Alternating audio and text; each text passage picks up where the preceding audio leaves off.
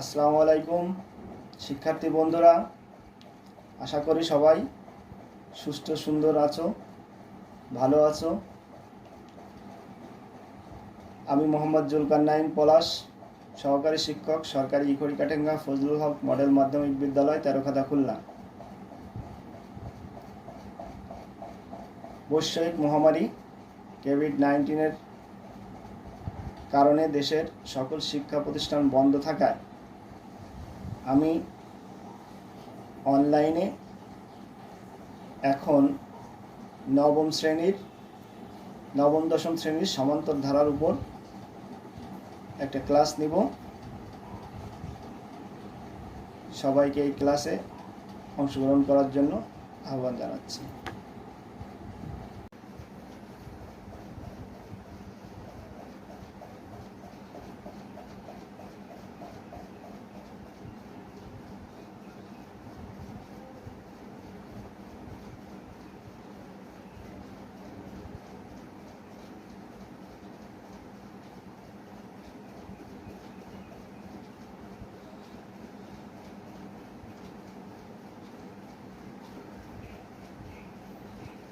নিচের বিষয়গুলো একটু লক্ষ্য করি। প্রথম প্লাস দ্বিতীয় প্লাস তৃতীয়। তো আমাদের প্রথম যে ধারাটা আছে 1 + 2 + 3 + 4, এখানে প্রত্যেক পদে বৃদ্ধি আছে 1 করে। বলা যায় স্বাভাবিক সংখ্যার ধারা। এর পরেরটা আছে 2 + 4 + 6 + 8। প্রত্যেক পদে বৃদ্ধি আছে 2 করে। 4 থেকে 2 বিয়োগ করলে 2, 6 থেকে 4 বিয়োগ করলে 2, 8 থেকে 6 বিয়োগ করলে 2। তৃতীয়টিতে আছে 3 + 6 + 9 + 12, অর্থাৎ প্রত্যেক পদে বৃদ্ধি আছে 3 করে।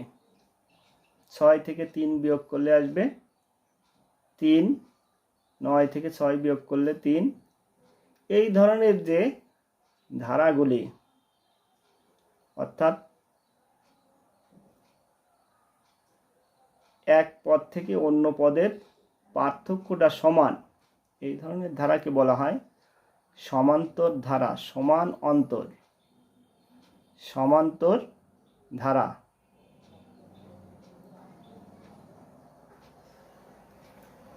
এই বিষয়ে অবশ্য গত ক্লাসে সমান্তর ধারা কাকে বলে একটু আলোচনা করা হয়েছিল। তাই আমরা পিছনে আলোচনায় না গিয়ে সরাসরি একটু অঙ্কে আসছি, সমস্যা সমাধানে।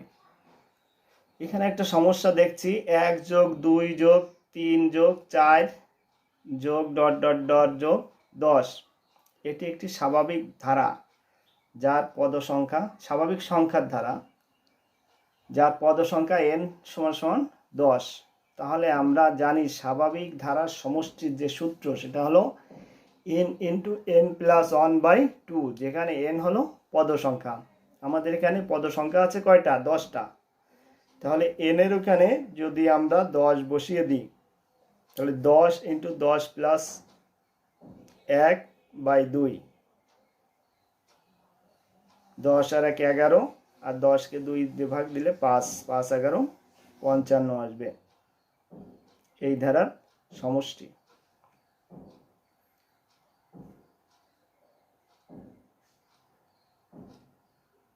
এটা গত ক্লাসে আমরা আলোচনা করেছিলাম, ধারা কি, সমান্তর ধারা কি। তারপরও একটু বিষয়টা ক্লিয়ার করার জন্য আবার আজকে আরেকবার বলে নিচ্ছি। পরপর যদি মানের ক্রম অনুসারে সাজানো থাকে তখন তাকে ধারা বলে। যে ধারার কোনো পদকে তার পরবর্তী পদ থেকে বিয়োগ করলে একই সংখ্যা বা রাশি পাওয়া যায় তাকে সমান্তর ধারা বলে।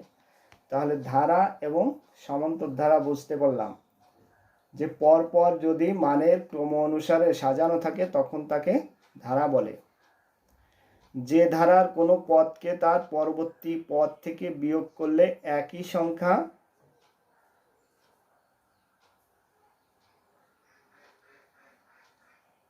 বা রাশি পাওয়া যায় তাকে সমান্তর ধারা বলে।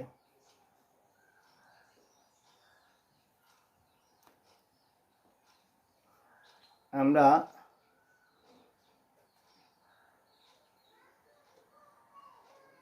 এখানে সমান্তর ধারার n-তম পদ এর সূত্র হলো a plus n minus 1 into D,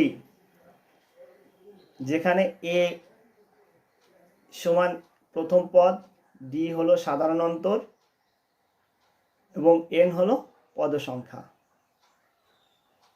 আর স্বাভাবিক n সংখ্যক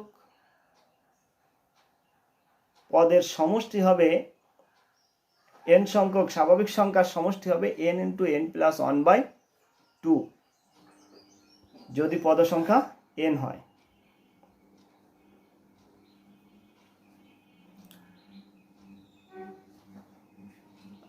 আর সাধারণ সূত্র কোন ধারার প্রথম n পদের সমষ্টি equal to n/2 into 2a plus n minus 1 into D. এখানে একটা সমস্যা আমরা দেখি, 2 plus 4 plus 6 plus dot dot ধারার কোন পদ 30। এটি সমান্তর ধারা যার প্রথম পদ 2 সাধারণ অন্তর ডি সমান সমান 4 মাইনাস 2 সমান সমান 2। তাহলে n-তম পদ হবে, আমরা 30-কে n-তম পদ ধরে নিছি, a plus n minus 1 into D বা 30 ইকুয়াল টু a এর মান 2 n মাইনাস 1 ইন্টু ডি এর মান 2 বা 30 equal to 2 plus 2n minus 2 plus 2 minus 2 কেটে যায়, 30 ইকুয়াল টু 2n বা 2n সমান সমান 30।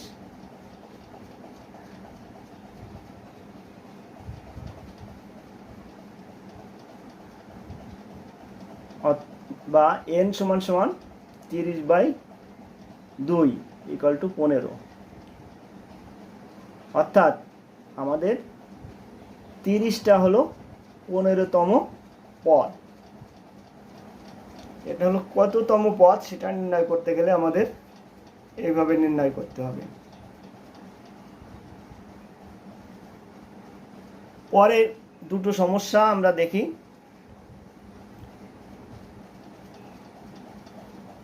1 যোগ 2 যোগ 3 যোগ 4 যোগ ডট ডট ডট 50 সমান কত।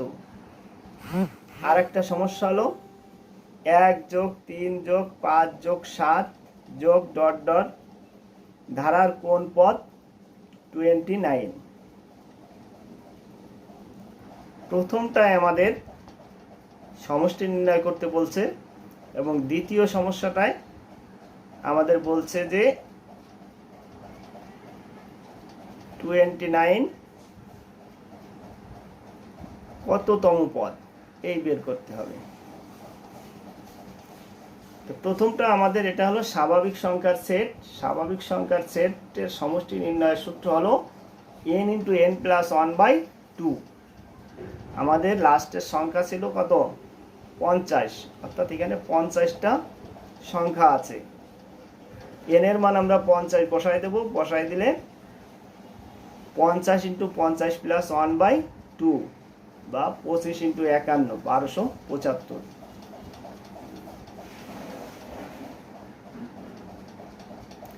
পরের যে সমস্যাটা আছে 1 যোগ 3 যোগ 5 যোগ 7 প্লাস ধারার কোন পদ 29। একটু খেয়াল করি, আমরা জানি n তম পদ সমান a plus n minus 1 into d, বা 29 সমান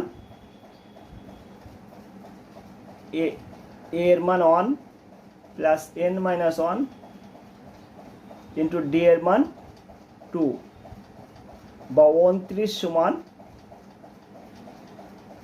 1 প্লাস 2n মাইনাস 2, বা 29 সমান 2n মাইনাস 1, মাইনাস 2 থেকে প্লাস 1 চলে যেয়ে মাইনাস 1 থাকলো, বা 2n সমান সমান 29 প্লাস 1, এই মাইনাস 1 2n এর সাথে যে মাইনাস 1 ছিল ওটা 29 এর সাথে বা 29 এর সাথে অ্যাড হলো, বা 2n সমান 30, বা n সমান 30/2 ইকুয়াল টু 15। অর্থাৎ আমাদের যে প্রশ্ন ছিল যে 29টা কততম পদ, এখানে আমরা পেয়ে গেছি যে 29টা হলো 15তম পদ।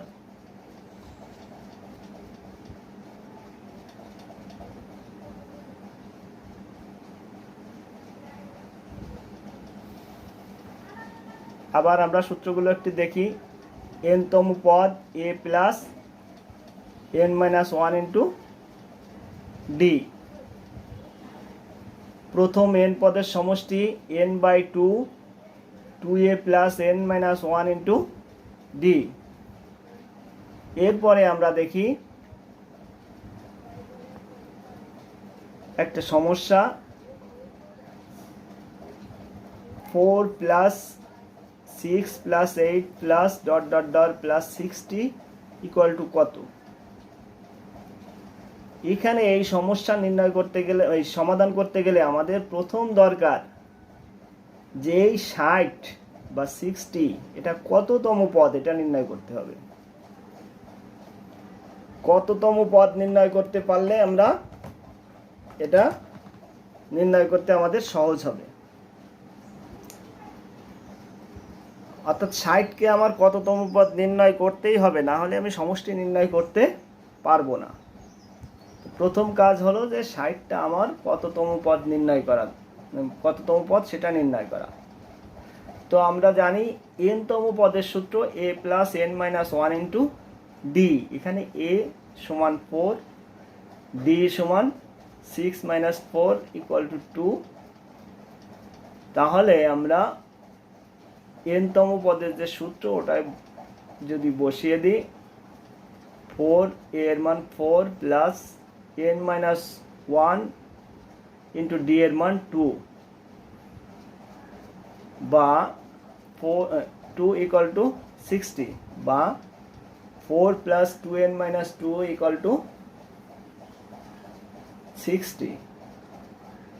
4 থেকে 2 মাইনাস হয়ে 2 প্লাস 2n ইকুয়াল টু 60, বা 2n ইকুয়াল টু 60 মাইনাস 2, বা n ইকুয়াল টু 60 থেকে 2 গিয়ে থাকে 58/2 ইকুয়াল টু 29। 29তম পদ হলো আমাদের 60। এখন আমাদের কাজ হলো সেই 29তম পদের সমষ্টি নির্ণয় করা। একটু ভালো করে খেয়াল করি আমরা, এখানে লেখাটা একটু অস্পষ্ট আসছে। সমষ্টি equal to n/2 into 2a plus n minus 1 into d। এখানে n এর মান 29, a এর মান 4, d এর মান 2 বসিয়ে দেওয়া হয়েছে, equal to 29/2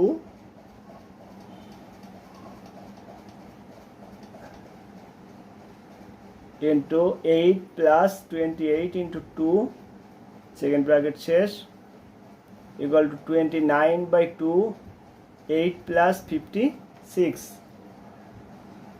equal to 29/2 into 64 equal to 928 অর্থাৎ এই ধারার সমষ্টি আমরা পেলাম 928।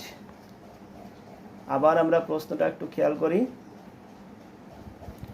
4 plus 6 plus 8 plus ... plus 60 equal to কত। তো এখানে আমাদের প্রথম কাজ ছিল যে 60টা কততম পদ সেটা নির্ণয় করা। n তম পদের সূত্রের সাহায্যে আমরা পেলাম যে 60টা হলো 29তম পদ। এরপরে সমষ্টির সূত্রে 29তম পদের সমষ্টি আমরা নির্ণয় করলাম। সেই সমষ্টি আমরা পেলাম কি 928।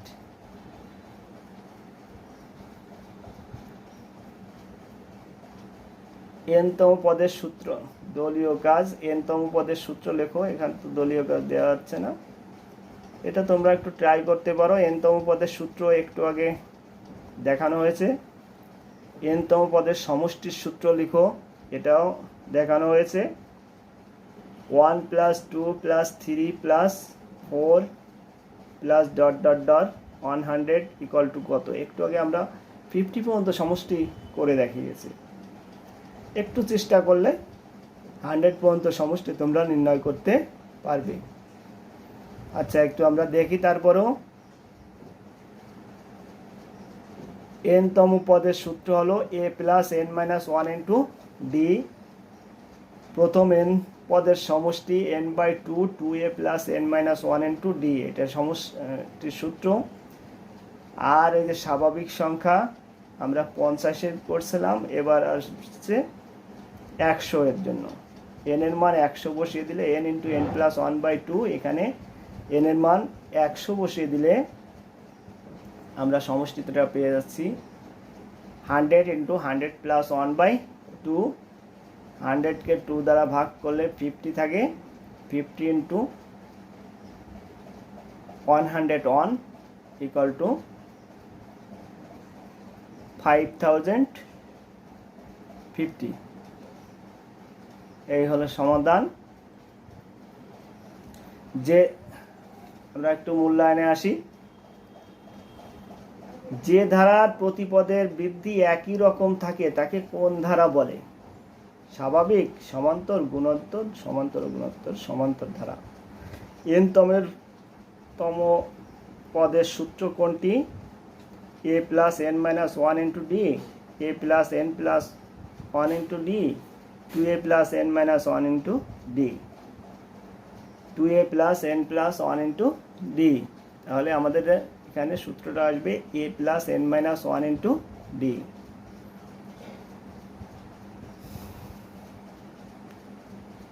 আমরা এবার বাড়ির কাজে আসি।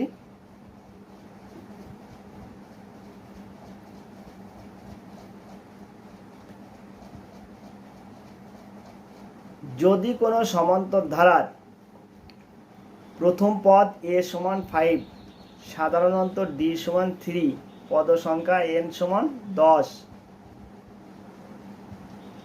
হলে ওই ধারাটির সমষ্টি নির্ণয় করতে হবে।